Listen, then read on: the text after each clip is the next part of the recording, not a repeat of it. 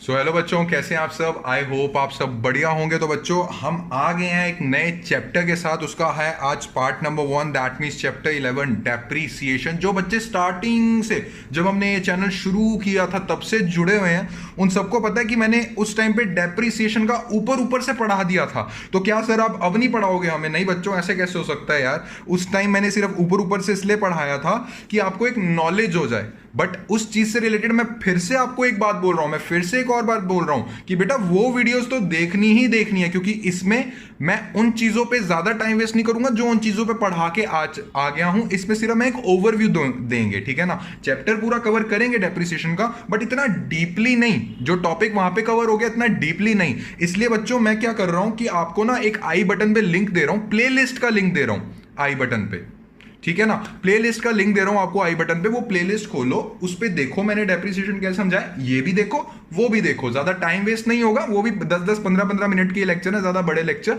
नहीं है, ठीक है। तो बच्चों उसका एक लिंक मैं डिस्क्रिप्शन में दे रहा हूं और एक आपको आई बटन पे बना आ रहा है प्लेलिस्ट का। ओके, सो आज स्टार्ट करने जा रहे हैं हम चैप्टर नंबर 11 अपना डेप्रिसिएशन। जैसे उस वीडियो में किया था, उनसे थोड़ी बहुत चीजें जो इस वीडियो में मैं नहीं समझा पाया था खुल के, इस वीडियो में अच्छे से खुल के समझेंगे, ठीक है। तो बच्चों मान लीजिए कि मैं एक वॉशिंग मशीन लेता हूं। जो सा मर्जी आप एग्जाम्पल ले लो यार, एग्जाम्पल में तो कोई दिक्कत वाली बात नहीं है। मान लीजिए मैं एक मोबाइल लेता हूं, चलिए मोबाइल लेता हूं, ठीक है। ये एप्पल का आईफोन है, ठीक है। मैं एक मोबाइल लेता हूं और ये मोबाइल मैंने परचेज किया था 40,000 रुपीज का। ओके, ये 40,000 रुपीज का मैंने मोबाइल परचेज किया था और मैं अपने घर ले आया। तो मेरा दोस्त आया, कहता है यार ये आईफोन वाईफोन मत ले, इसमें इतनी चीजें नहीं होके चलती हैं। वैसे मैं गलत बोल रहा हूँ, आईफोन में सब कुछ होके चलता है, बट कभी कभार क्या होता है ना कि दोस्त की बात माननी पड़ती है। तो मैं क्या कहता हूं, उसी टाइम बच्चों मार्क माय वर्ड्स, मैं उसी टाइम ये मोबाइल उठा के दोबारा से जिस डीलर से मैंने परचेज किया था उसके पास चला जाता हूं और मैं उसको बोलता हूं कि भाई ये मेरे को मोबाइल अब नहीं चाहिए, मैं कोई और दूसरा मोबाइल ले लेता हूं, क्या मुझे प्राइस दोगे? बच्चों मैं क्या एक्सपेक्ट करूंगा कि मुझे कितना प्राइस मिलेगा? सर 5 मिनट पहले ही तो लिया आपने फोन, आपको 40,000 मिल जाएंगे। बच्चों ऐसा नहीं होता है। जो चीज शोरूम से निकल जाती है, जो चीज शोरूम से उतर जाती है और आप अपने घर ले जाते हो, चाहे 2 सेकंड बाद आप दोबारा शोरूम में आ जाओ वो चीज बेचने के लिए, तो उसका 40,000 रुपए तो नहीं मिलेगा आपको। वो कहता है कि सर मैं आपको इसका 39,000 दूंगा या 39,500 दूंगा, जस्ट एन एग्जाम्पल, दिल पे मत लेना। तो बच्चों 1,000 रुपए मुझे कम मिला। बच्चों ये 1,000 रुपए का जो डिफरेंस आया है ये क्या है? ये है डेप्रिसिएशन।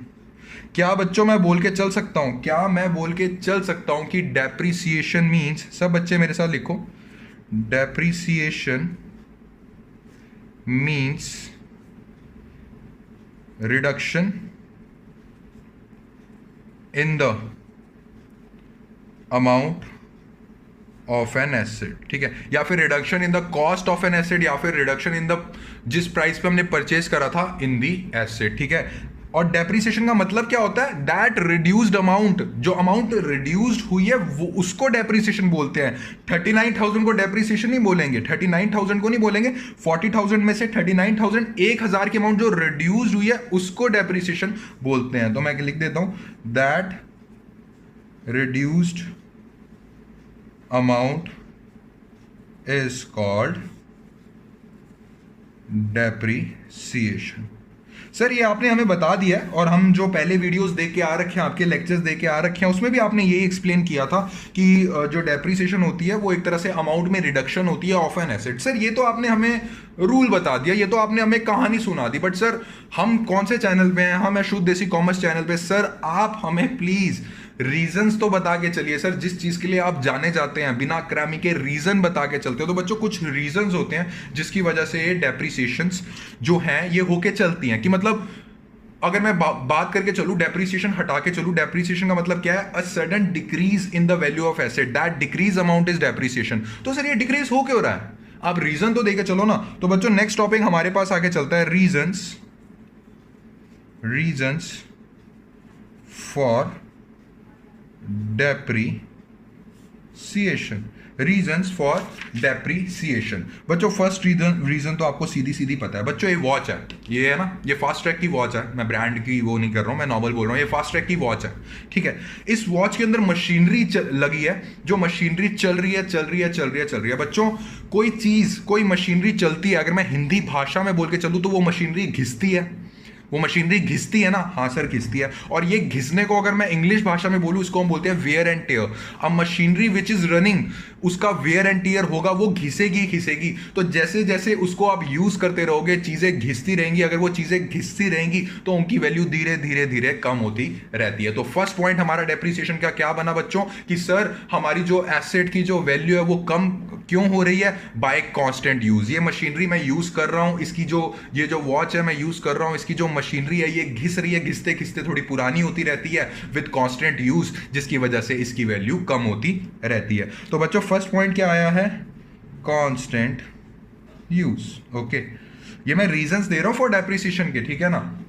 सेकेंड पॉइंट हमारे पास क्या आगे चलता है, सेकेंड पॉइंट हमारे पास आगे चलता है by innovation, due to innovation, sorry by मत लिखो, ड्यू टू इनोवेशन। बच्चों मुझे फटाफट से एक बात बता के चलो। हाँ जी सर, एक वो आते थे फ्रिज, आते थे फ्रिज, पहले जमाने की बात कर रहा हूँ, 1995 1992 की बात कर रहा हूँ। कैसे फ्रिज आते थे सर, नॉर्मल फ्रिज आते थे, ऐसे डोर ओपन होती है और अगर उनका कूलिंग इफेक्ट बढ़ाना है तो फ्रिज के अंदर घुस के वो एक बटन होता है ना सर, उससे मैं उसका कूलिंग इफेक्ट को देखता था। बच्चों आज के टाइम में कैसे फ्रिज आते हैं, जरा मार्केट में जाना, अभी रुक जाओ, अभी कोरोना फैला हुआ है, इतना जाना मत, मैं आपको बता देता हूं आज के टाइम में फ्रिज पता है कैसे आते हैं। एलईडी डिस्प्ले लगी होती है फ्रिज के बाहर और उस डिस्प्ले से आप टंग टंग टंग टंग टच करते हो और टेम्परेचर को सेट करके चल सकते हो। दैट मींस एक इनोवेशन हुई है। इनोवेशन का मतलब एक नई टेक्निक आ गई है फ्रिज में। मुझे एक फटाफट से बात बता के चलो, अगर आज के टाइम पे अगर आप 1995 वाले फ्रिज लेने जाओगे तो जो 1995 में उसकी कॉस्ट थी, क्या आज भी उसकी इतनी कॉस्ट है? नहीं sir, due to upcoming of new technology sir, नए तरीके के फ्रिज आ गए, तो जो पुराने वाले फ्रिज है ना सर,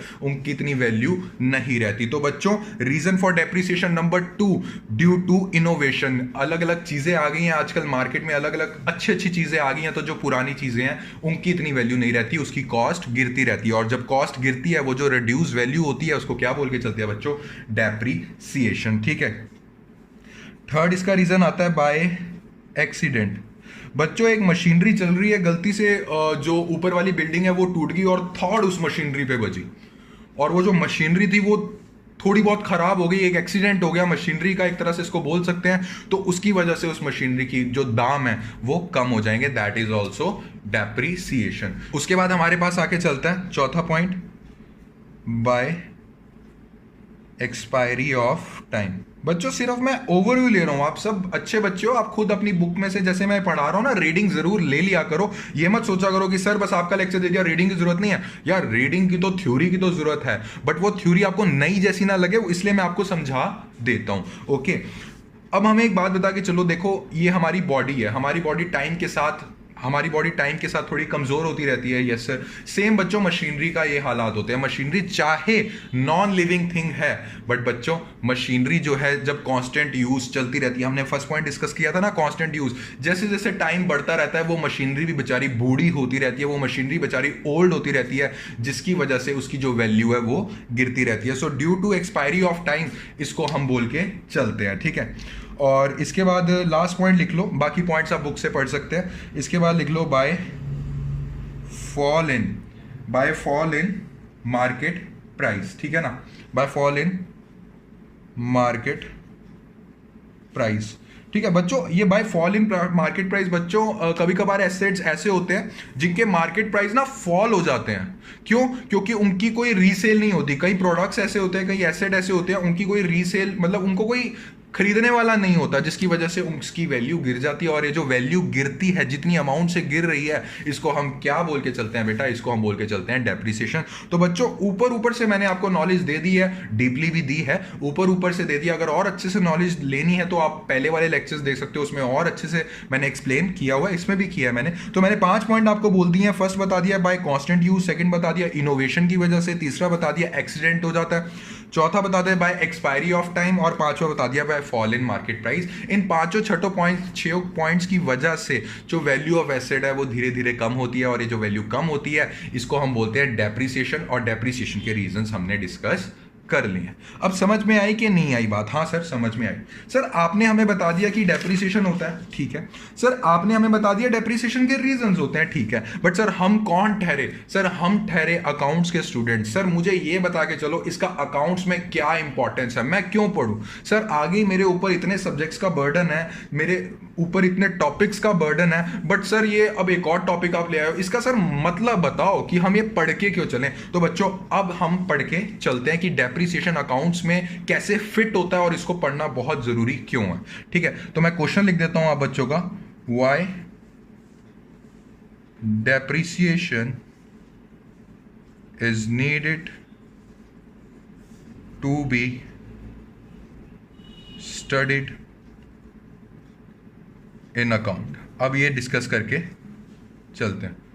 तो ये चीजें डिस्कस करने से पहले कि depreciation is needed to be studied in account, में 3-4 चीजें लिखवा रहा हूं, लिख लो। जितना अभी तक समझाया है वही लिखवा रहा हूं, ठीक है ना। तो आगे पॉइंट्स आएंगे प्रूफ करने के, जिसमें मैं आपको ये पॉइंट भी प्रूव कर दूंगा कि डेप्रिसिएशन जो है वो अकाउंट में क्यों पढ़ के चले हैं। तो सब बच्चे प्लीज मेरे साथ लिखेंगे कि डेप्रिसिएशन, ठीक है, डेप्रिसिएशन मीन्स रिडक्शन, ठीक है, reduction in the value of an asset. Okay, value of an asset. Depreciation का मतलब क्या होता है सर? रिडक्शन होता है एसेट की वैल्यू कम होने की वजह से, ड्यू टू एनी रीजन। अरे सर एनी रीजन क्यों लिख रहे हो बच्चों? ये रीजन मैं एक्सप्लेन कर चुका हूं। हाँ सर ये वाले रीजन ही तो हैं, ठीक है। तो आप जब ये आंसर लिख के चलोगे ना तो ऐसे लिख के चलोगे, depreciation means reduction in the value of asset due to this. ये जो सारे रीजन लिखवाए ना मैंने, ये सारे रीजन आप लिख के चलेंगे, ठीक है। तो ये सारे रीजन लिख देना आप। ओके सर, अब आता है पॉइंट नंबर 2, कहता है depreciation is of permanent nature. हाँ सर हर साल, अगर मैं साल का हिसाब लेके चलूंगा, हर साल कुछ ना कुछ सर जो एसेट होता है ना उसकी वैल्यू गिरती रहती है, due to expiry of time, due to passage of time, due to usage. वो सर रीजंस में हम पढ़ेंगे नहीं क्योंकि वो हम ऑलरेडी पढ़ के चल चुके हैं। तो बच्चों सेकंड पॉइंट में क्या लिख के चल सकता हूं? Depreciation is of permanent nature. हाँ सर ये भी लिख के चल सकते हैं। और दूसरी चीज मैं बोल सकता हूं कि जो डेप्रिसिएशन है, बच्चों मैं डेप लिख रहा हूं, आप डेप्रिसिएशन लिख के चलेंगे। Depreciation is a continuous process, ठीक है ना।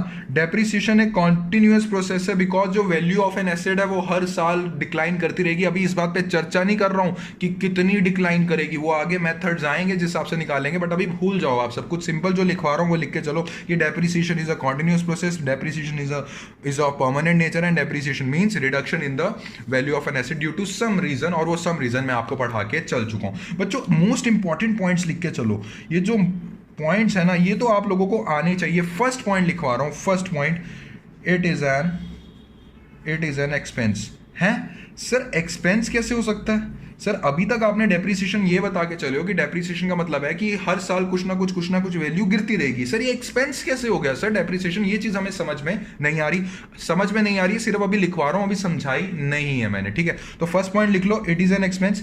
सेकेंड पॉइंट लिख लो, नॉन कैश एक्सपेंस। बच्चों ये भी सीख के चलेंगे कि ये नॉन कैश एक्सपेंस कैसे है। और थर्ड पॉइंट है, no cash outflow is there, ठीक है। सर ये अजीब से पॉइंट है, नहीं समझ में आ रहे बच्चों, थोड़ा शांति रखो, आगे चल के आपको सब समझ में आ जाएंगे सारे पॉइंट्स, ठीक है ना। So no cash flow outflow is there, ठीक है। तो ये सारे पॉइंट्स जो है ये है हमारे पेंडिंग अभी, ठीक है। अब एक केस पढ़ते हैं, अब एक केस लेते हैं। ये केस समझ लिया, आपको सारे पॉइंट्स के आंसर मिल जाएंगे, ठीक है। अब एक केस लेते हैं, चलिए एग्जाम्पल। सीधा बच्चों करवाने को मैं आपको डेप्रिसिएशन के क्वेश्चंस करवा सकता हूं, बट मेरा मन ये है कि आप पहले लॉजिक समझो कि डेप्रिसिएशन हम क्यों लगाते हैं और इसको अकाउंट्स में पढ़ना क्यों जरूरी है, ठीक है। मान लीजिए ये एक मशीनरी है मिस्टर राम की, ठीक है। अब राम मेरे फ्रेंड है और ये मैं मिस्टर राम के पास आता हूँ, मैं कहता हूँ मिस्टर राम ये मशीनरी पड़ी है आपके पास? कहता हाँ ये मशीनरी पड़ी है मेरे पास। और मैंने उसको बोला कि मिस्टर राम इसकी हर साल वैल्यू भी जाएगी? कहता हाँ जाएगी।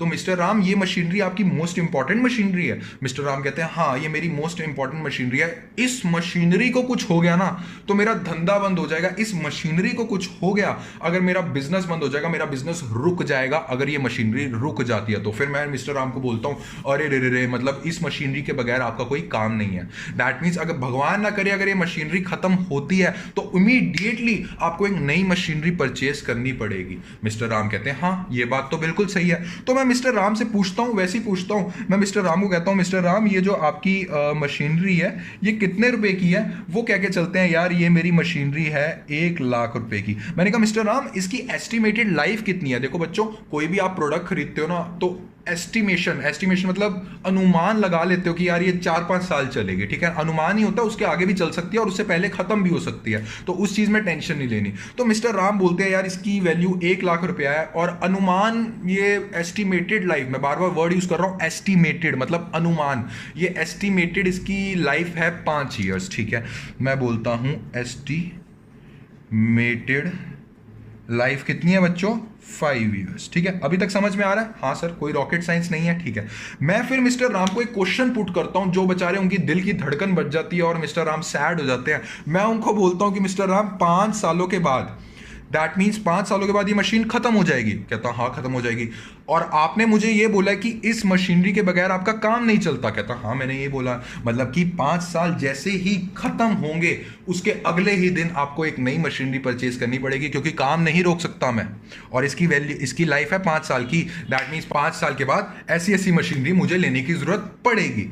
तो फिर मिस्टर राम कहते हैं यार मतलब आप कहना क्या चाहते हो अकाउंटेंट साहब, मुझे जरा बता के चलो। मैं उनको ये बोल के चलता हूं कि 5 सालों के बाद एकदम से आपके पास बर्डन आ जाएगा 1,00,000 रुपए की मशीनरी लेने का। बच्चों इसमें एक अजम्पशन ले रहा हूं, ध्यान से सुन लो ये अजम्पशन। देखो ये चीज कोई नहीं समझाएगा आप लोगों को। मैं एक अजम्पशन ले रहा हूं कि 5 साल के बाद मशीनरी की वैल्यू, जो ये मशीनरी 1,00,000 रुपए की है ना, अगर 5 सालों के बाद मैं ऐसी सी एक और मशीनरी लेने जाऊंगा तो इसकी वैल्यू में डिफरेंस नहीं है, 1,00,000 की ही मुझे मिलेगी। 5 सालों के बाद न्यू मशीनरी की वैल्यू भी 1,00,000 रुपए की होगी, ठीक है ना, 1,00,000 रुपए की होगी। ये मैं अजम्पशन ले रहा हूं, वैसे ऐसे होता नहीं है। आज जो मशीनरी की वैल्यू 1,00,000 रुपया है, अगर वैसी वैसी मैं न्यू मशीनरी 5 सालों के बाद लेने जाऊंगा तो उसकी 1,00,000 वैल्यू नहीं होती। बट यार डेप्रिसिएशन का कॉन्सेप्ट है, इसमें अजम्पशन लेना पड़ेगा, रट्टा नहीं है, ठीक है। तो भैया मैं उसको बोल के चलता हूं कि 5 साल के बाद आपको ये मशीनरी लेनी पड़ेगी, ठीक है। तो 5 सालों के बाद मिस्टर राम आपकी जेब में तो इतना एकदम से बर्डन आ जाएगा, 1,00,000 रुपए एकदम से इकट्ठे करने हैं और 5वें साल के एंड में एक मशीनरी नहीं लेके आनी है। तो जो मिस्टर राम है he makes a sad face. Mister Ram बेचारे हो जाते हैं सैड, कहते हैं यार मिस्टर शर्मा आप बात तो बिल्कुल सही कर रहे हैं, तो मैं क्या करूं। मैं उनको ये बोल के चलता हूं कि यार मेरी बात समझो, आपकी मशीनरी है 1,00,000 रुपए की, ठीक है, और आपने मुझे बोला है कि 5 सालों के बाद ये मशीनरी खत्म हो जाएगी।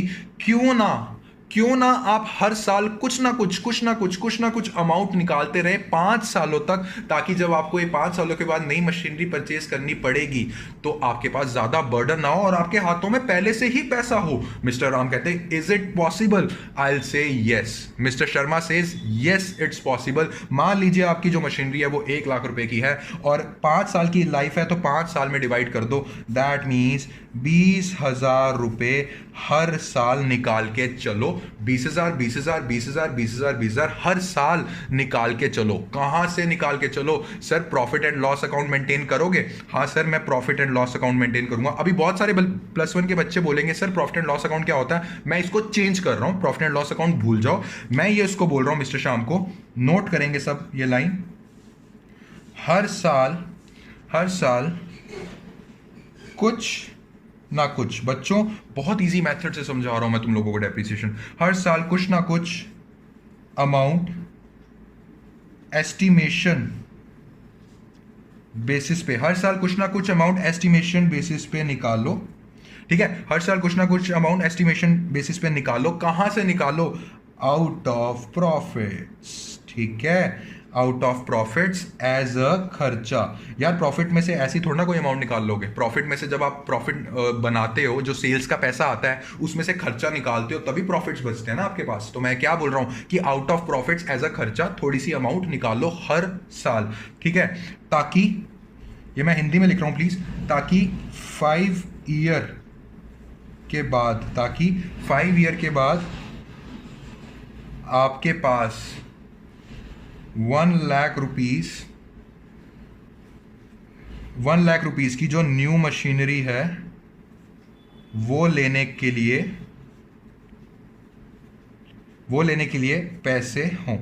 समझ में आई है कि नहीं आई है? बहुत डीप पॉइंट बोला है। मैं मिस्टर राम को ये बोल के चल रहा हूँ सर 1 लाख रुपए की आपकी मशीनरी है और 5 साल की इसकी एस्टिमेटेड लाइफ है। हर साल कुछ ना कुछ आउट ऑफ प्रॉफिट्स निकाल के चलिए ताकि 5 सालों के बाद आपके पास एक ऐसी अमाउंट आ जाए जिससे आपको नई मशीनरी परचेज करनी है, आपका धंधा ना रुके। तो बच्चों मुझे फटाफट से बता के चलो मैंने उनको क्या बोला है। मान लो ये आपके 1 year, 2 year, 3 year, 4 year, 5 year. मान लो कि फर्स्ट ईयर के स्टार्टिंग में आपने एक मशीनरी ली है। मान लो वो मशीनरी, मैं फर्स्ट ईयर के स्टार्टिंग में बना रहा हूँ एरो, 1 लाख रुपए की मशीनरी ली है और उस 1 लाख रुपए मशीनरी की वैल्यू और उसकी एस्टिमेटेड लाइफ कितनी है बच्चों? 5 साल की उसकी एस्टिमेटेड लाइफ है। दैट मीन्स इस साल जैसे ही 5 साल का एंड होगा ये मशीन एक तरीके से खत्म हो जाएगी। तो मैंने मिस्टर राम को क्या सुझाव दिया? मैंने कहा सर हर साल आप कुछ ना कुछ निकाल के चलिए जिसकी वजह से आपके पास जब 5 साल का एंड आएगा आपके पास अमाउंट हो, ताकि आपके पास बर्डन ना पड़े। तो बच्चों 1 लाख का 5 करा था मैंने, जब 1 लाख का 5 करा था 20,000 रुपए हर साल निकाल के चलिए। दैट मीन्स आप सबको जानते हो कि साल के एंड में ही प्रॉफिट्स निकलते हैं। जैसे ही पहले साल का एंड आया उसके प्रॉफिट्स आए, उसमें से 20K निकाल लो, दूसरे साल से 20K निकाल लो, तीसरे साल से 20K निकाल लो, चौथे साल से 20K निकाल लो और 5वें साल से 20K निकाल लो। 1 2 3 4 5 20,000 को अगर मैं 5 से मल्टीप्लाई करके चलता हूं तो बच्चों मेरा कितना आता है? 1 लाख रुपए। दैट मीन्स जब 5वें ईयर के एंड में मशीन मेरी खत्म हो जाएगी और मैं मार्केट में जाऊंगा नई मशीनरी लेने के लिए 1 लाख रुपए की, तो मेरे हाथों में 1 लाख रुपए पहले से होगा। ये तरीका ज्यादा अच्छा लग रहा है ना? मिस्टर राम कहते हैं हाँ ये तरीका मुझे बहुत ज्यादा अच्छा लग रहा है, अब मैं ऐसे ही करके चलूंगा। बिल्कुल बच्चों आपको ऐसे ही करके चलना है। अब मेरी वर्डिंग्स पे ध्यान दो। मैंने क्या बोला था कि हर साल कुछ ना कुछ amount out of profit as a खर्चा निकालते रहो और उसको एक बैग में रखते रहो ताकि आपके पास कुछ ना कुछ अमाउंट इकट्ठी होती रहे और लास्ट में जब 5 साल का एंड आएगा आपके पास न्यू मशीनरी लेने की अमाउंट हो।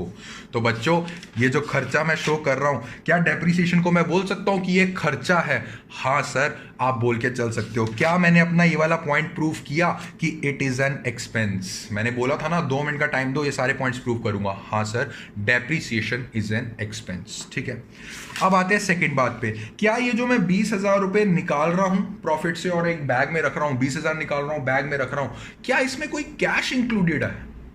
क्या इसमें कोई कैश का लेन देन हो रहा है? नहीं सर इसमें कोई कैश का लेन देन हो रहा है, ना कोई कैश बाहर जा रहा है ना कोई कैश अंदर आ रहा है। ये तो सर कंपनी के अंदर ही आप कर रहे हो जो कर रहे हो। क्या मैं इसको बोल सकता हूं नॉन कैश एक्सपेंस? बच्चों ये चीज भी मैं आपको प्रूव कर चुका हूं। डेप्रिसिएशन जो होके चलता है वो एक तरीके से नॉन कैश एक्सपेंस होता है। ठीक है, ये आप +2 में भी पढ़ेंगे, मैंने आपको पहले एक्सप्लेन कर दिया कि depreciation is a non cash expense.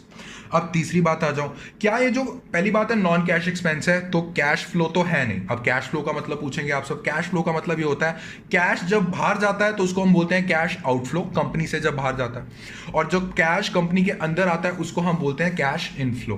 क्या इसमें कैश आउटफ्लो इनफ्लो हो रहा है? चलो इनफ्लो तो छोड़ दो, क्या इसमें कंपनी से बाहर जा रहा है? क्योंकि बच्चों क्या होके चलता है, नॉर्मली हम प्रॉफिट से पैसा निकालते हैं ना, नॉर्मली हम सेल्स के पैसे से पैसा निकालते हैं खर्चा पे करने के लिए, तो वो खर्चा बाहर जाता है कैश। बट इसमें कोई सर बाहर थोड़ा ना जा रहा है, इसमें से प्रॉफिट से निकाला और सर कंपनी के अंदर एक बैग मेंटेन किया उसमें रख लिया। तो बच्चों it's a non cash outflow is there, कोई कैश आउटफ्लो नहीं होता है। तो बच्चों क्या मैंने ये तीनों पॉइंट्स अपने प्रूफ कर दिए हैं कि first point it is an expense, second point non cash expense, third point no cash outflow is there. बच्चों अब मुझे बता के चलो, पता चला आप लोगों को कि डेप्रिसिएशन पढ़नी क्यों जरूरी है? वो इसलिए जरूरी है डेप्रिसिएशन पढ़नी अकाउंट्स में क्योंकि बच्चों अगर डेप्रिसिएशन का कॉन्सेप्ट नहीं होगा ना तो आप पैसे मतलब आप कैसे शो करके चलोगे? आप कर ही नहीं सकते हो शो, ठीक है ना? इसलिए हम ये चीज करके चलते हैं, ठीक है ना? और बच्चों इसमें एक और है, इसमें एक और चीज है, आपसे पूछी जाएगी वो चीज और 1 मार्क्स में पूछी जाती है कि डेप्रिसिएशन जो है ये चीज मोस्ट इंपॉर्टेंट है और इस चीज से ना जो मिस्टर राम है वो और हैप्पी हो जाएंगे इस चीज से। वो चीज क्या है? वो चीज ये है बच्चों कि जो डेप्रिसिएशन होके चलती है ना, डेप्रिसिएशन मुझे फटाफट से बता के चलो। ये लीजिए आप डेप्रिसिएशन, ठीक है, ये लीजिए मान लीजिए हमारी डेप्रिसिएशन आई है, ठीक है। डेप्रिसिएशन क्या है सर? आपने अभी भी पढ़ा है, डेप्रिसिएशन का मतलब होके चलता है कि कुछ पैसा प्रॉफिट से हर साल निकाल लो। दैट मीन्स मान लीजिए इस साल के प्रॉफिट हमारे 4 लाख रुपए हैं और डेप्रिसिएशन के 20,000 रुपए हमने निकाल लिए हैं। तो बच्चों अगर डेप्रिसिएशन का कॉन्सेप्ट आप इंट्रोड्यूस नहीं करते तो आपको कॉर्पोरेट टैक्स जानते हो ना, जो कंपनी वाले अपने प्रॉफिट्स पे देते हैं, तो आपको कॉर्पोरेट टैक्स कितने पे देना पड़ता? 4 लाख रुपए पे देना पड़ता। बट आपने डेप्रिसिएशन का कॉन्सेप्ट पढ़ा हुआ है, इसलिए डेप्रिसिएशन को आपने इंट्रोड्यूस कर दिया, तो डेप्रिसिएशन 20,000 रुपए आपने प्रॉफिट से निकाल दिया। अब कितने पे टैक्स देना पड़ रहा है? अब देना पड़ रहा है 3,80,000। तो बच्चों डेप्रिसिएशन जो होके चलता है ना, अगर आपसे कोई 1 मार्क्स में पूछेगा और आता है ये क्वेश्चन आता है कि what is an advantage of depreciation, तो सर पहली एडवांटेज पता है क्या होती है डेप्रिसिएशन की? क्या sir? Tax is reduced by depreciation. बच्चों टैक्स रिड्यूस हो जाता है डेप्रिसिएशन से। क्या आप ये सब जानते थे बात? हाँ सर अब हम जान गए हैं। तो जो मिस्टर राम है वो अच्छे से खुश हो गया, कहता चलो ठीक है सर, अब से मैं जो डेप्रिसिएशन होगा वो डेप्रिसिएशन में आप प्रॉपर्ली शो करके चलूंगा, ठीक है ना। अभी मैंने कोई मेथड्स नहीं पढ़ाया, अभी मैंने कोई ये नहीं बताया कि कितना डेप्रिसिएशन कैलकुलेट करना है, बहुत मेथड्स आएंगे आगे, बट अभी के लिए सिर्फ मैंने आपको पर्पस बताना था कि हम डेप्रिसिएशन क्यों पढ़े और डेप्रिसिएशन मतलब क्या होता है और डेप्रिसिएशन मतलब प्रॉफिट से कैसे, हम सारी चीजें मैं आपको पढ़ा के चल चुका हूं अब, ठीक है। अब हम थोड़ी बहुत चर्चा करके चलते हैं चीजों की, ठीक है ना। तो बच्चों अब मेरी बात समझना, मान लीजिए हमारी जो मशीनरी थी मिस्टर राम के पास आए, वो 1 लाख रुपए की थी, ठीक है। मिस्टर राम की कितने की थी मशीनरी? 1 लाख रुपए की थी, ठीक है। अब मिस्टर राम को पता है कि यार इसकी एस्टिमेटेड लाइफ कितनी है, एस्टिमेटेड लाइफ कितनी है सर? 5 ईयर्स है। नॉर्मली मेरे को बताओ कि हर साल डेप्रिसिएशन कितना चार्ज करोगे? सर हर साल डेप्रिसिएशन को देखने के 2 नजरिए हैं। कौन कौन से सर? पहला नजरिया तो ये है कि मशीनरी की वैल्यू सर हर साल कम होनी है, और दूसरा नजरिया अकाउंट्स में दिखाने वाला नजरिया ये है डेप्रिसिएशन को कि कुछ ना कुछ अमाउंट जो कम हो रही है ना, वो अकाउंट में एज अ प्रॉफिट से थोड़ा थोड़ा खर्चा निकालता रहता हूं, ताकि 5 साल के एंड में मेरे पास एक अमाउंट इकट्ठी हो जाए जिस अमाउंट से मैं नई मशीनरी खरीद लूंगा, वैसी, ठीक है।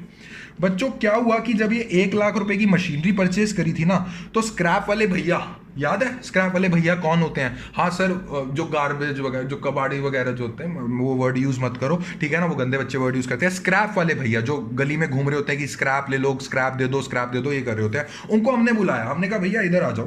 कहता हाँ। हमने बोला कि भैया ये 1 लाख रुपए की मशीनरी है, इसकी 5 साल की लाइफ है, ठीक है। वो कहता अच्छा भैया इसके आप कितने रुपए दोगे?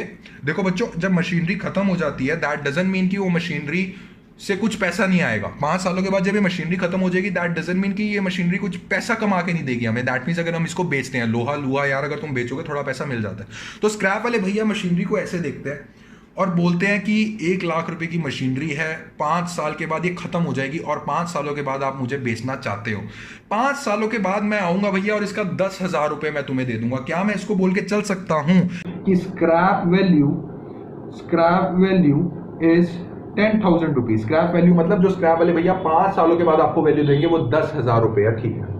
बच्चों डेप्रिसिएशन हम क्यों कैलकुलेट कर रहे थे सर? 2 नजरिया सर अभी बताया। पहला नजरिया क्या था कि सर मशीनरी की वैल्यू डाउन हो रही है, दूसरा नजरिया क्या था, हर साल कुछ ना कुछ पैसा हम कलेक्ट करते रहे प्रॉफिट से निकाल के, ठीक है। बच्चों अब आपको मशीनरी के लिए कितना पैसा जमा करना है, कितना पैसा 5 सालों में इकट्ठा करना है, मुझे फटाफट से बता के चलिए कि 5 सालों में आपको कितना पैसा इकट्ठा करना है, ठीक है। सर पहले अगर स्क्रैप वाला कॉन्सेप्ट निकाल दो सर, पहले 1 लाख रुपए इकट्ठा करना था 5 सालों के लिए, तो सर मैं 20,000 रुपए करता था। बट बच्चों क्या अभी भी 1 लाख रुपए इकट्ठा करना है आप लोगों ने? नहीं सर, इस 1 लाख रुपए में से 10,000 रुपए स्क्रैप वाले भैया दे देंगे, 5 साल के एंड में। तो बच्चों मुझे कितना पैसा इकट्ठा करना है इन 5 सालों में? 1 लाख में से क्या मैं 10,000 माइनस नहीं करूंगा तो आएगा 90,000 बाय 5। तो बच्चों 90,000 बाय 5 कितना होता है? ये होता है 18,000 रुपए। दैट मीन्स हर साल 5 सालों तक 18,000 निकालते रहो और लास्ट में आपके पास 10,000 स्क्रैप वाले भैया से भी आ जाएंगे, तो आपके हाथों में कितना इकट्ठा हो जाएगा? आपके हाथों में टोटल 1 लाख रुपए इकट्ठा हो जाएगा। नहीं मालूम? बना के दिखाता हूं। ये है फर्स्ट ईयर, ये है second year, 4th year and fifth year. So first year में हमने 1 लाख रुपए की मशीनरी परचेज करी है, और जो डेप्रीसिएशन कैलकुलेट होती है ये पूरा साल बीत जाने के बाद। यार मशीनरी की वैल्यू कम करोगे तो 1 साल पूरा बीत जाने के एंड में कम करोगे ना। हाँ सर, तो 1 साल में हमने डेप्रीसिएशन कैलकुलेट कर लिया है। अभी मेथड नहीं बताया सर। 18,000 निकाल लो। कैसे निकाल लो सर? प्रॉफिट में से एज अ खर्चा निकाल लो, क्योंकि हमने पढ़ा depreciation is an expense, non cash expense और no cash outflow. But sir expense है, एक्सपेंस मीन्स प्रॉफिट में से निकालेंगे। 18,000 रुपये यहां से निकाल लो, 18,000 रुपये यहां से निकाल लो, 18,000 यहां से, और 5वें ईयर के एंड में 18,000 यहां से, प्लस रुक जाओ अभी, 18,000 इंटू 5। ये मैं 5वें ईयर के एंड में मैं ऐसे रात को बैठा हूं और मैं देख रहा हूं कि मेरे हाथों में कितना पैसा है। मेरे हाथों में अभी के लिए पैसा है 90,000 रुपये। ये 5 साल की एंड होगी ना रात की, मैं इतना पैसा है। और जैसे ही मैं ऐसे बैठा हूं, स्क्रैप वाले भैया आ जाते हैं, अरे सर क्या हालचाल। मैंने कहा सर बढ़िया। सर वो मैंने आपसे प्रॉमिस किया था ना कि 5वें ईयर के एंड में आऊंगा, लो सर आपके 10,000 रुपये। तो बच्चों ये हो गए मेरे पास 10,000 रुपये। दैट मीन्स 1 लाख रुपए 5वें साल की एंड की शाम में मेरे पास 1 लाख रुपए की टोटल अमाउंट आ गई, और इस अमाउंट से मैं न्यू मशीनरी परचेज कर लूंगा। समझ में आ रहा है फ्लो के नहीं समझ में आ रहा है? अब बच्चों तुम्हें मैं देने वाला हूं एक शॉकिंग न्यूज। क्या शॉकिंग न्यूज है कि मैं आपको एक मेथड ऑलरेडी पढ़ा चुका हूं कि डेप्रीसिएशन हमें कैसे कैलकुलेट करके चलना है। वो मेथड कौन सा है बच्चों? वो मेथड है हमारा स्ट्रेट लाइन मेथड। बच्चों हमने क्या किया है? हमने ये किया है स्ट्रेट लाइन मेथड से डेप्रीसिएशन निकालनी है। ठीक है, मैंने आपको बोला था ना कि मैं अभी आपको डेप्रीसिएशन निकाल दे रहा हूं, बट आपको डिफरेंट मेथड से कि डेप्रीसिएशन हर साल कितना कम करना है, दैट मीन्स हर साल कितना प्रॉफिट से माइनस करके चलना है, वो मैं आपको आगे समझा के चलूंगा। वो टाइम आ गया। सो डेप्रीसिएशन कैलकुलेशन का फर्स्ट मेथड, बहुत से बच्चे मैं जानता हूं शौक में अभी, डेप्रीसिएशन कैलकुलेशन का फर्स्ट मेथड होता है कि डेप्रीसिएशन कितनी निकालनी है, वो होता है स्ट्रेट लाइन मेथड। फटाफट से बताओ कैसे डेप्रीसिएशन अभी जस्ट कैलकुलेट करके हटे हो? Sir cost of an asset, जितना हमें 1 लाख रुपया कॉस्ट दे रखी थी, cost of an asset. Sir इसमें से हमने माइनस करा, क्या माइनस करा? Scrap value. 10,000 रुपये स्क्रैप वैल्यू माइनस करा है ना, ये देखो। हाँ सर, स्क्रैप वैल्यू मैं एसपी लिख रहा हूं, अपॉन में estimated life of an asset. So 1 lakh minus 10,000 upon में 5 is equal to 90,000 upon में 5 is equal to 18,000 रुपये। बच्चों ये होता है डेप्रीसिएशन निकालने का आपका फर्स्ट मेथड। ठीक है बच्चों, आपको आज का लेक्चर समझ में आया कि नहीं आया है? हाँ सर समझ में आ गया। बच्चों एक चीज़ और, अभी लेक्चर एंड नहीं कर रहा, 2 मिनट का और समझ लो। बच्चों कॉस्ट ऑफ एन एसेट का मतलब समझते हो? ये मैंने बहुत अच्छी तरह टॉपिक समझाया हुआ है, बहुत अच्छी तरह टॉपिक समझाया है पहले वाले लेक्चर्स में। उस लेक्चर का मैं आपको लिंक सेंड कर रहा हूं, आई बटन में देख लो, इस समय आपको बना आ रहा है। कॉस्ट ऑफ एन एसेट जरूर समझ के आओ। अगर ओवरव्यू देना है, मैं आपको 1 मिनट का ओवरव्यू दे रहा हूं। कॉस्ट ऑफ एन एसेट का मतलब होकर चलता है एसेट की कॉस्ट में क्या क्या चीजें ऐड होंगी। कौन कौन सी चीजें ऐड होंगी? एक तो होएगा परचेज प्राइस, मान लो एसी लिया हमने, एक तो जो डीलर को पैसे दिए हैं, प्लस जो ट्रांसपोर्टेशन कॉस्ट है, प्लस जो इंस्टॉलेशन कॉस्ट है। अब एसी घर लाके यूं तो रख नहीं दोगे, एसी लगवाओगे ना भैया से, ठीक है, तो वो भैया थोड़े पैसे मांग के चलते हैं। तो कॉस्ट ऑफ एन एसेट में ये पूरा इंक्लूड होके चलता है। एक तरीके से मैं ये भी बोल सकता हूं, ऐसी कॉस्ट जो एसेट को परचेज करने से लेकर एसेट को पुट टू यूज करने से तक है, या फिर ऐसी कॉस्ट जो एसेट को पुट टू यूज करने से पहले वाली कॉस्ट है। जब एसेट स्टार्ट होने जा रहा है, नया हमारे पास आया और स्टार्ट होने जा रहा है, उससे पहले वाली कॉस्ट कौन कौन सी होंगी? Transportation, purchase price, installation, fitting charges, वो सारी कॉस्ट हमारी cost of an fixed asset में इंक्लूड होके चलती हैं। इसका मैं लिख रहा हूं कि ये जो लेक्चर है ऑलरेडी डिस्कस्ड, और इसका आई बटन मैंने दे दिया है आपको। ये प्लीज ये कॉस्ट ऑफ एन एसेट समझ के आओ। और एक बच्चों में ऐसा आपको क्वेश्चन दे रहा हूं, ऐसा मैं आपको क्वेश्चन दे रहा हूं। डेप्रीसिएशन का अभी मैं फुल फ्लैज क्वेश्चन नहीं करवा रहा हूं, क्योंकि अभी आप बुक देखोगे और सर ये तो पूरा अकाउंट बना हुआ है इसमें, वो अभी नहीं हम ट्राई कर रहे हैं। अभी जितना बोल रहा हूं उतना करो। सिंपल आप अभी SLM मेथड से डेप्रीसिएशन निकालना सीखिए, उसके बाद देखेंगे जो होगा। ठीक है बच्चों, तो आज का लेक्चर में अगर कोई भी डाउट है, मैं जितना इजी आपको समझा सकता था मैंने आज आपको समझाया है। अगर आज के लेक्चर में कोई भी डाउट आया तो do comment in the comment section. And बच्चों, आज का लेक्चर अगर आपको अच्छा लगा है तो do like, share and subscribe, ताकि वीडियो ज्यादा से ज्यादा बच्चों तक पहुंच सके। और डेप्रीसिएशन की शुरुआत होगी, अपने स्कूल फ्रेंड सबको शेयर कर दो कि डेप्रीसिएशन की अब शुरुआत होगी है, स्टार्टिंग से बने रहोगे कभी प्रॉब्लम नहीं आएगी डेप्रीसिएशन से। और डेप्रीसिएशन से बहुत इंपॉर्टेंट क्वेश्चन आते हैं, बड़े बड़े क्वेश्चन आते हैं, अच्छे से सीख के चलेंगे। तो चलिए बच्चों, मिलते हैं नेक्स्ट वीडियो में, तब तक के लिए थैंक यू।